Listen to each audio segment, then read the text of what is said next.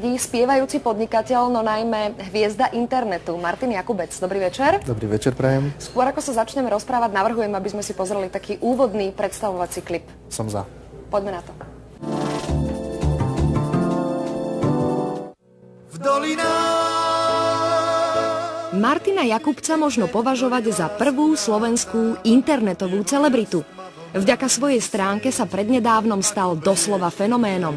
Ľudia s úsmevom na perách citovali pasáže z jeho životopisu či glosovali fotografie mladého muža pri sťabi vládnej limuzíne s majákom. Na internete vznikol dokonca aj jeho fanklub.